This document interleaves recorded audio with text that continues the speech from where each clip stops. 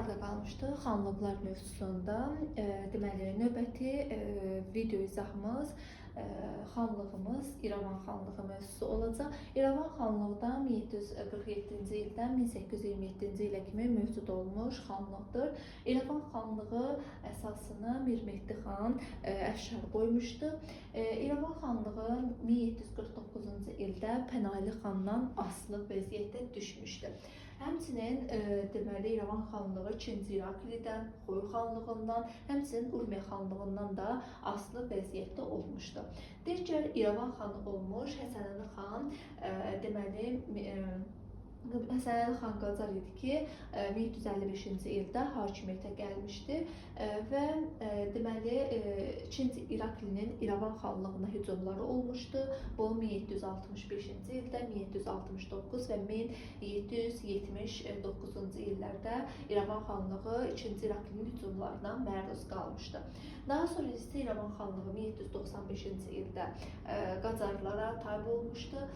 Daha sonra isə 1827-ci ildə isə Ruslar tərəfindən, həmçinin 1804-cü ilə 1827-ci ilə kimi Ruslar tərəfindən deməli işğala məruz qalmışdı ki, belə ki, daha doğrusu hücuma məruz qalmışdı və 1827-ci ildə Ruslar tərəfindən işğal edilmiş, 1828-ci ildə isə ləğv edilmiş və deməli, həmçinin biz deyirik ki, İrəvan xanlığı Gəncə, Şəki kimi də İrəvan xanlığı da Osmanlı ilə diplomatik əlaqələrə səy göstərmişdir və həmçinin deyirik ki, Ruslara qarşı mübarizədə İrəvan xanlığı alınmaz qala da adlanmışdır. Çünki 1804-cü ildən 1827-ci ilə kimi Ruslar İrəvanı işğal etmək istəyir və 1827-də işğal edirlər.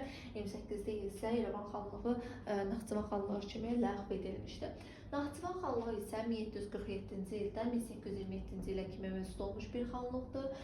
Kəngərli sülaləsindən idilər. Əsasını da Heydərqulu xan qoymuşdu. Heydərqulu xan Pənahili xanla asılı vəziyyətə düşmüşdü və asılı vəziyyətə düşdüyünə görə 18-ci əsrin 50-ci illərində Pənahili xanın birlikdə, yəni Qızılqaya xəyanətində iştirak etmişdi.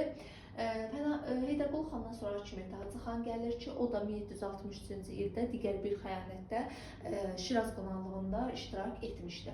18-ci əsrin 80-ci illər isə Naxçıvan xanlığında hakimiyyət uğrunda mübarizə dövrü kimi səciyyələnmişdi. Daha sonra isə Kəlbəli xanın dövründə 1795-1797-ci ildə Qacarın yürüşlərinə məruz qalmışdı və 1797-dən 1827-ci ilə kimi Qacarların hakimiyyətində olmuşdu.